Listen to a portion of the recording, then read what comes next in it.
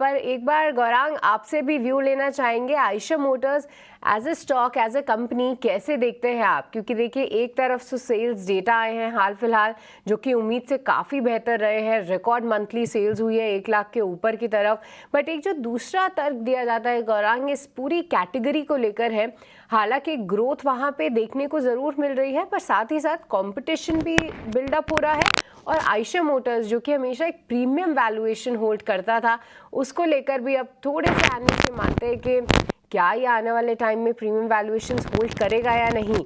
तो इस नए डेवलपमेंट इलेक्ट्रिक बाइक को लेकर जो डेवलपमेंट हो रहा है गौरांग, आपका क्या नजरिया है आयशर मोटर्स में और एज एन इन्वेस्टर यहाँ पर क्या होनी चाहिए रणनीति? धन्यवाद सृष्टि, आपका सभी को प्रणाम और शुभ प्रभात हमारे तरफ से। सृष्टि, आपको याद होगा जब बजाज और ट्रायम्फ और हीरो और हार्ले ये दोनों ने मिलकर जब 440 सीसी सेगमेंट में दो नई मोटरसाइकिल्स उतारी थी बाजार में, तब आयशर मोटर का दाम मेरे ख्याल से 3,300 के आसपास था खबर आने से पहले। खबर आने के पश्चात ये स्टॉक 3,000 तक गया। मेरे ख्याल से आज से साल 1.5 साल पहले की बात है, ज्यादा लंबा समय नहीं हुआ है।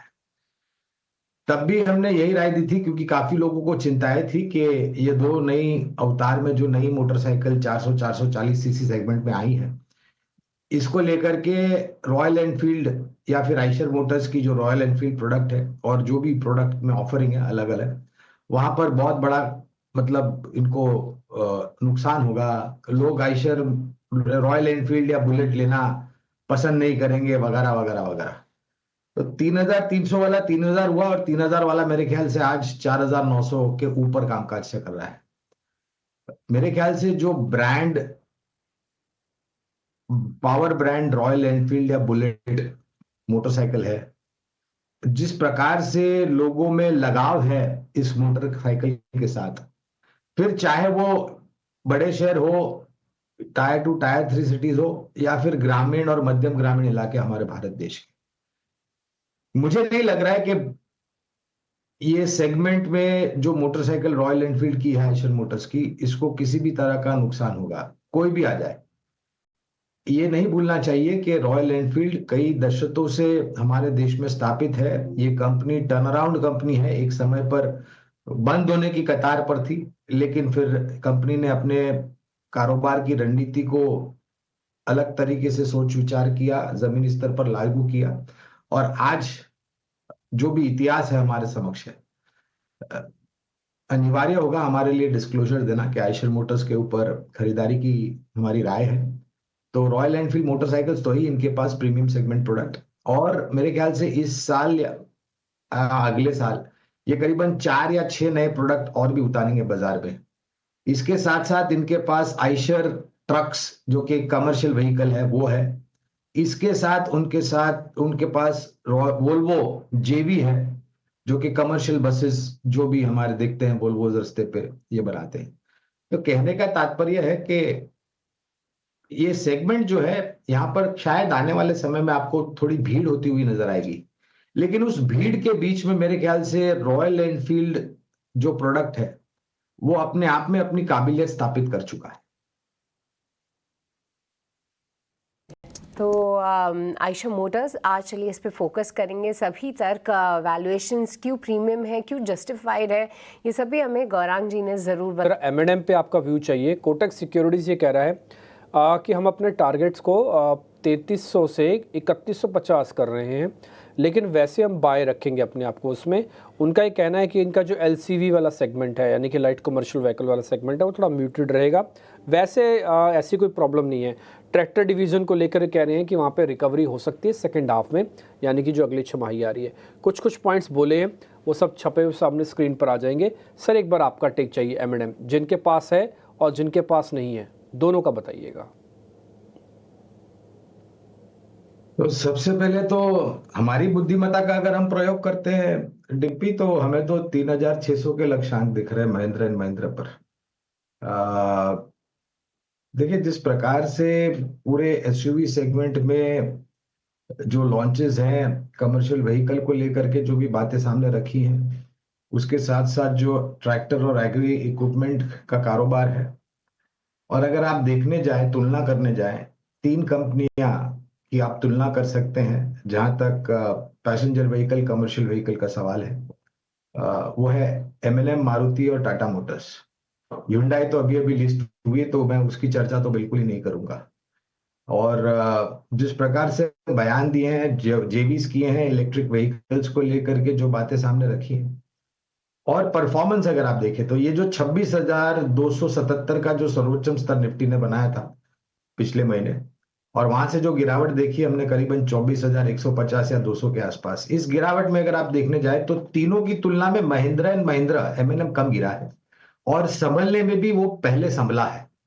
तो पसंद तो तीनों ही है, खरीदारी की राय तो तीनों पर ही है, लेकिन हमें लग रहा है कि इन टर्म्स ऑफ रुझान तीनों ही अच्छा करेंगे, लेकिन महिंद्रा एंड महिंद्रा शायद थोड़ा बहुत आगे बढ़ सकता है उस प्रदर्शन में। ठीक है। पीएसयू स्टॉक्स पर नजर डाल लेते हैं। याद रखें 52 वीक हाई से देखें तो सभी पीएसयू स्टॉक्स में गिरावट दिखी है। कोचिन शिपयार्ड जैसे कुछ स्टॉक्स तो 40 से 50% गिर चुके हैं ऑल टाइम हाई लेवल से। गौरांग, आपसे पूछना चाहूंगी पीएसयू स्टॉक्स एक्सक्लूडिंग बैंकिंग, यहाँ पर आपकी क्या राय रहेगी, और कोई स्टॉक स्पेसिफिक आइडियाज जो स्टॉक्स आपके कवरेज में हो उसमें से? सरकारी कंपनियों की सूची में ऑयल मार्केटिंग कंपनीज है, HPCL, BPCL, IOC, capital goods engineering related company जिसका नाम है इंजीनियर्स इंडिया लिमिटेड, ये भी शामिल है। ऑयल एक्सप्लोरेशन कंपनीज में ओएनजीसी और गेल है।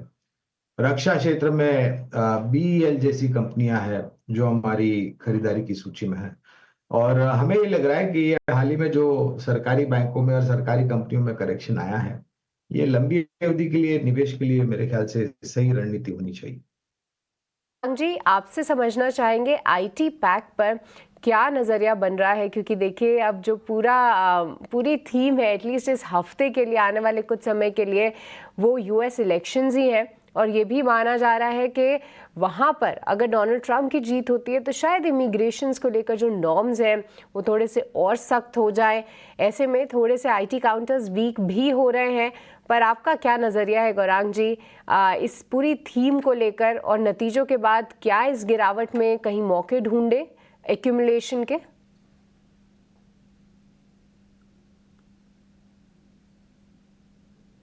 राष्ट्रपति के चुनाव नहीं लड़ रहे, ये एक बार राष्ट्रपति रह चुके हैं अमेरिका के, और मेरे ख्याल से देश के किसी भी कोने में जहां पर चुनाव होता है तो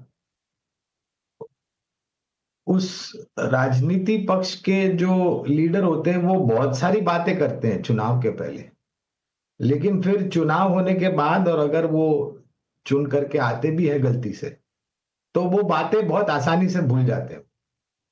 तो मैं तो ज्यादा तवज्जो इन सब बातों को देता नहीं हूं, और मेरा ये मानना है कि जो परिवर्तन आंकड़ों में हमें देखने मिला है आईटी क्षेत्र के कंपनियों के नतीजों में, और उसके साथ साथ नतीजों के बाद जो टिप्पणियां करी है, तो शायद तीसरी चौथी तिमाही में और उसके पश्चात जो गति है सुधार की, वो और तीव्र गति से आगे बढ़ सकती है।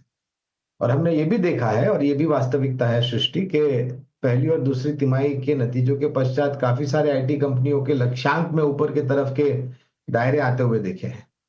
और ये एक ऐसा क्षेत्र है जो आज के तारीख में बदलते हुई दुनिया और बदलते हुए हमारे भारत देश की तस्वीर, ये बहुत अहम है। जिस तरीके से साइबर अटैक, वेब क्राइम्स हो रहे हैं, जिस तरीके से एआई का सदुपयोग या दुरुपयोग होगा उसको लेकर के, और एक सूची बूझी रणनीति की, अगर आप छोटी मझौली या बड़ी या एमएनसी कंपनी हो तो आपको अपने आईटी प्लेटफॉर्म्स और एनवायरनमेंट को सुरक्षित रखना अनिवार्य होगा, जिससे उपभोक्ताएं उसको वापरने में या उसका उपयोग करने में किसी भी डर या भय का उनको एहसास ना हो।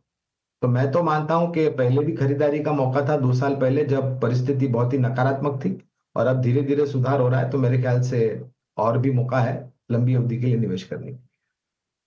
आई absolutely second the thought Gaurang ji. IT sector के लिए पर्टिकुलरली कस्टमर सर्विस मैनेजमेंट जो है वो काफ़ी ज़्यादा इम्पॉर्टेंट हो जाता है, क्योंकि इन स्तरों में कह सकते हैं कि ये कनेक्टिंग सेक्टर है। ग्लोबल फ्रंट पर जो कुछ हो रहा है उसका असर भी भारतीय बाजार पर आईटी कंपनियों पर क्लियर कट दिखता है, और ऐसे में कस्टमर्स किस तरह से सबसे ज़्यादा सेफ गार्ड फील करते हैं, इसी पर आईटी चाहे बड़ी लार्ज प्लेयर हो या छोटी मझौली कंपनी हो, इसका फोकस होना चाहिए। लेकिन सर, हमारे माध्यम से आप सभी एक्सपर्ट्स को सुन रहे व्यूअर्स के लिए ये समय एडवाइस का है, और दिवाली वीक में भी जब हम आपसे बात कर रहे थे बैंक्स फाइनेंशियल्स पर आपने अपना पॉजिटिव नज़रिया बताया था, लेकिन साथ साथ आपने एक सुर में एम्फसाइज किया था कि लार्ज कैप स्टॉक्स पर और लार्ज कैप थीम पर ही फोकस करना है। इस वक्त जो बाजार की स्थिति नज़र आ रही है, जो तस्वीर बनती दिखी है, एडवाइस क्या होगी व्यूवर्स को? और क्या सिर्फ बैठकर वॉच आउट करना है, मार्केट को संभल जाना है, या कहीं पर अगर पोजीशंस बनाने की भी राय होगी तो कौन से स्पेसेस पर खास तौर से ध्यान देना है? मानसी, अगर आपको शेयर बाजार का हिस्सा बनना है तो आपके पास साहस भी होना चाहिए, आपके पास धैर्य भी होना चाहिए, और आपके पास हिम्मत भी होनी चाहिए। देखिए, हम सब बात करते हैं, मानसी, मुझे ताज्जुब होता है, हम सब बात कर रहे हैं कि गोरों ने, यानी कि विदेशी संस्थागत निवेशकों ने 1 लाख करोड़ से ज्यादा की बिकवाली की। मैंने किसी भी व्यक्ति को यह कहते हुए नहीं, सिवाय मेरे, कि स्थानीय संस्थागत निवेशकों ने 1 लाख करोड़ से ज्यादा की खरीदारी की। अरे भाई, अगर गोरा 1 लाख करोड़ से ज्यादा बेच रहा है तो सामने कोई खरीद भी तो रहा है। तो हम सिर्फ एक कहानी के सिर्फ एक हिस्से को देख रहे हैं, हम दोनों पहलुओं को नहीं देख रहे। मेरे ख्याल से अगर हम दूसरे पहलू को देखेंगे तो हमें सहानुभूति भी होगी, हमारे विश्वास को और दृढ़ता मिलेगी, और मेरे ख्याल से हमें वो हिम्मत की भी आदत हो जाएगी, जहां से हम एक कदम आगे बढ़ा करके, नहीं, मुझे निवेश करना है। और ये सही, मेरे ख्याल से पर्याप्त समय है। जिस प्रकार से हमने 10% के आसपास की गिरावट, मानसी, ये देखिए आपके 1 लाख करोड़ से ज्यादा की बिकवाली हुई और हमारे शेयर बाजार में केवल मात्र 8 या 10% का करेक्शन हुआ है। तो हम किस बात की चिंता कर रहे हैं? मेरा प्रश्न ये है लोगों से। तो मैं ये मानता हूं, और मैं ये सी भी क्लियर कहता हूं कि ये जो गिरावट हमने देखी है, क्योंकि गोरों ने करी है बिकवाली, तो ये ज्यादातर बिकवाली दिग्गज सूचकांक में जो दिग्गज योगदान देते हैं शेयर, उन सब कंपनियों में हुआ है। और ये नतीजे जो आए हैं, तो मुझे लग रहा है कि कोई विचारधारा और सोच समझ से मैं कहता हूं कि आप दिग्गजों में, मेरे ख्याल से अगर आप ध्यान देंगे तो ज्यादा अनिवार्य होगा। कौन से क्षेत्र पर पहले ध्यान देना है? तो मैं फिर से वही कहूंगा, वित्तीय क्षेत्र, निजी बैंक, सरकारी बैंक, मजबूत एनबीएफसी। इसके पश्चात मुझे लग रहा है, हमने सीमेंट की अभी चर्चा कर रहे थे, सीमेंट हमें अच्छा लग रहा है। कैप गुड्स, इंजीनियरिंग क्षेत्र अच्छा लगता है, क्योंकि अब ये बदलते हुए भारत की तस्वीर है आने वाले भविष्य में। आईटी क्षेत्र की अभी हमने चर्चा की, मानसी, जो प्रश्न पूछा गया था मुझसे। और अगर मुझे एक क्षेत्र चुनना है तो मेरे ख्याल से फार्मा में जो सीडीएमओज या फिर जो contract drug manufacturing outsourcing companies है, जहां पर आप फार्मा क्षेत्र तो ध्यान में रखें, डायग्नोसिस भी रखें और हॉस्पिटल भी रखें। तो ये पूरा ब्रह्मांड है मेरे ख्याल से 5 या 6 क्षेत्रों का, जहां पर दिग्गजों से शुरुआत करके आपको जो कदम आप नहीं उठा रहे हैं, वो उसको कदम को आगे बढ़ाएं, और कम से कम निवेश करने का प्रयास जो है उसकी शुरुआत करें।